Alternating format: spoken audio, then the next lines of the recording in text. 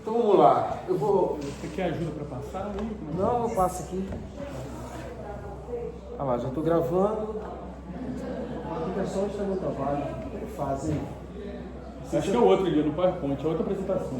Tem duas, Ah, tá. Então eu vou. Como que é mesmo? E naquele embaixo, ali perto do relógio, marca para a esquerda. Sobe agora para a tela para passe vermelho. É isso aí. Estava olhando só embaixo. Então, bom. Esse aqui, né? Meu nome é 10 minutos. Alguém marca, me avisa quando faltar um minuto? Beleza. Vamos começar aqui, tá, chefe? 10 a 15 minutos, né? Eu vou apresentar o trabalho Idealizações e Realizações na trajetória do arquiteto Ângelo Murgel sobre a preservação do patrimônio cultural do Parque Nacional da Serra dos Órgãos, Parnaso. Eu sou Fábio Lima,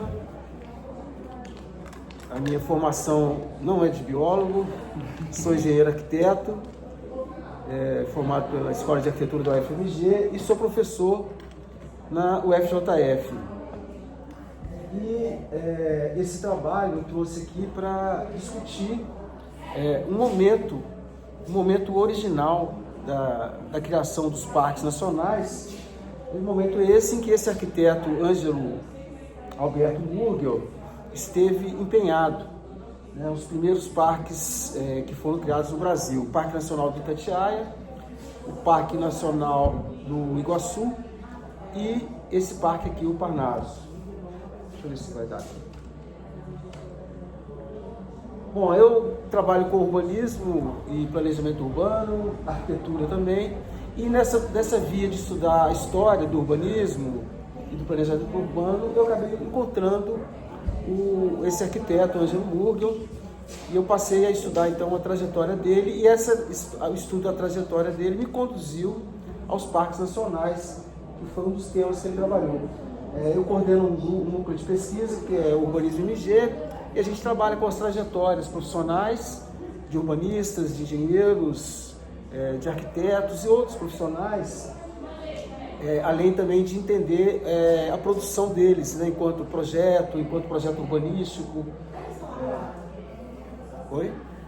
Acho que foi outra sala, acho que o barulho reverberou.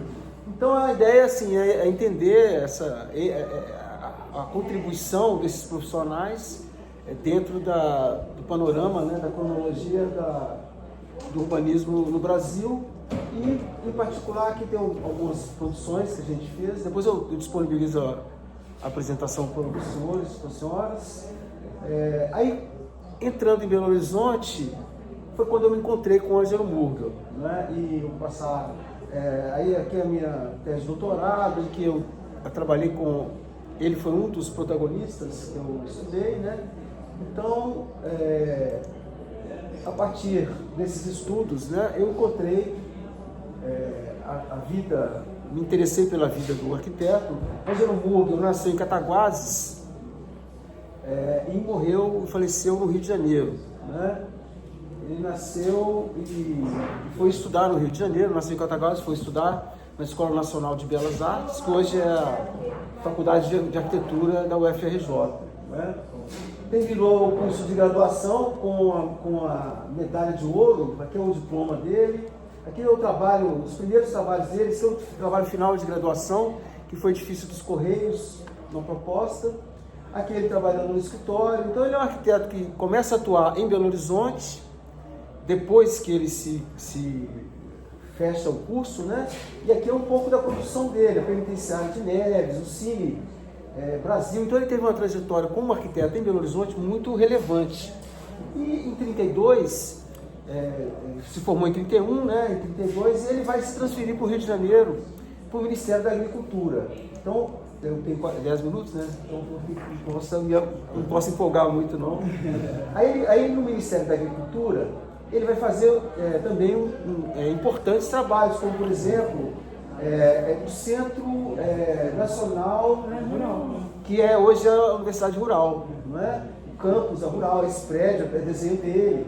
E a gente já percebe aqui ele optando por uma linguagem que naquele momento expressava uma renovação da arquitetura brasileira e expressava também o ser brasileiro. O ser brasileiro era voltar para as origens portuguesas. Então ele vai escolher uma linguagem neocolonial, né, que é essa que nós estamos aqui nesse centro de visitantes, que tem os telhados, tem as janelas. Então assim, ele faz uma releitura, né, e nesse momento os arquitetos estão fazendo uma releitura do Brasil, enquanto Brasil, que estava muito afrancesado. Então eles vão falar, não, ser brasileiro é buscar a arquitetura da origem portuguesa, e ele vai fazer o neocolonial. E no Ministério da Agricultura fazer uns projetos, esse entreposto comercial, e vai fazer uma série de projetos. E aí, né, nesse momento, o urbanismo era um tema muito relevante. O primeiro congresso de urbanismo foi em 1931. Então, ele se insere nesse momento também. E aí a gente passa então para os parques nacionais. Ele está incumbido, né, dentro do departamento de projetos do Ministério da Agricultura, de pesquisar. Ele foi pesquisar nos Estados Unidos, na Europa, ele pesquisou os parques nacionais, o que era um parque nacional que no Brasil não existia, e começou a pensar. E ele vai usar a mesma linguagem, tá vendo? A linguagem neocolonial, para fazer o Parque de Itatiaia, que é esse aqui, que é o centro de visitantes, né, o desenho dele, a casa do administrador, que ele chamava de casa do administrador, do parque, do chefe, né, no caso. E em 37, então, por meio de um decreto, ele é instituído, é criado o Parque Nacional de Itatiaia. Logo depois, né, em 39, a gente vai ter Foz do Iguaçu, né, Parque Nacional do Iguaçu. Também é desenho dele, ele visitou, ele ia de avião, tem escritos dele olhando as cataratas por cima, todo empolgado. E a gente chega na Serra dos Órgãos, aqui no Parnaso, né? Também em 39, aqui também é a residência do administrador, que está lá em cima, né? Então a ideia esse é o momento, eu estava falando, Ernesto, que é o momento original do parque, né? Que eu acho que é importante a gente não perder essa memória, né? Então ele fez esses projetos. Aí a gente entra no Parque Nacional da Serra dos Órgãos, onde ele vai fazer o centro de visitantes, que é esse que a gente está aqui, tá vendo? Esse arco que está aqui atrás, ó, é esse arco que foi construído. E a casa, né, fiquei emocionado agora, isso foi um trabalho no meu doutorado, em 2003. Então eu pesquisei esses projetos, né, e vim fotografar aqui.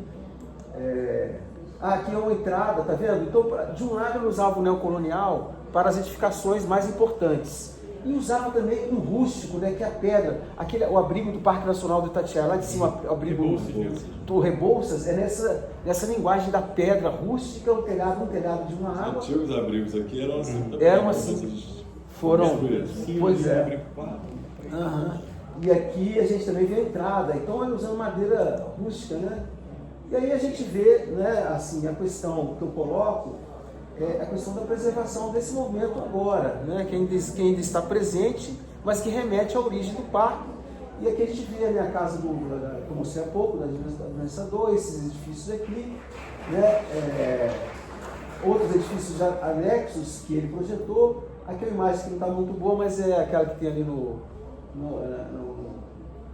pôster ali de gestão, né? E dentro da gestão tem a questão da proteção. Então, é um apelo que eu faço para o Conselho do Parque, né, de fazer a proteção do patrimônio, desse patrimônio cultural, e pensar o seguinte: esse foi o momento original. E eu acho que agora tiveram outros momentos que tentaram imitar, que eu acho que não é o caso também. Se a gente for fazer uma edificação nova hoje em qualquer desses parques, eu acho que a gente tem que simular o máximo possível, esconder ela o máximo possível, que não foi esse momento. Esse momento era um momento mesmo de mostrar arquitetura, mostrar essa ideia de ser brasileiro com essa arquitetura neocolonial. Então, a gente vê, por exemplo, o centro de visitantes, né? As casas, tudo muito urbano, se mostra muito, né?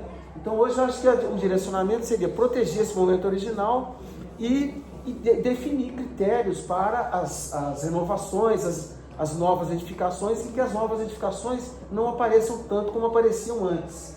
E aqui, Ernesto, eu coloquei só a capa do parecer que eu anexei lá no trabalho, na pasta aqui, que é o parecer para a proteção do conjunto lá do Parque Nacional do Itatiaia, no qual, né, fui representante da universidade no conselho do parque. Então eu fiz um parecer em 2016 e é isso. Acho que esgotou meu tempo, né? As referências. Não, tá bem no tempo. Vai dar 10 agora. A gente tem 5 minutos para perguntas. Então, eu agradeço o convite, né? E estou à disposição para contribuir com o parque aqui também. Já estive aqui no encontro, acho que foi 2009. Estive antes, em 2004, também fazendo a pesquisa documental e tudo mais. E eu acho que a proteção, então, ela envolve as edificações, essas edificações desse momento inicial, e também o acervo documental, que a gente tem um acervo de escritos, de livros e tal, e desses planos e projetos, que em 2009, quando eu vim aqui, eu tive acesso, fotografei alguns, e eles não estavam bem acondicionados naquele momento. Eu acho que também é alguma coisa a gente pensar em restauração e proteção, tanto das edificações quanto da documentação, do acervo documental. Muito obrigado.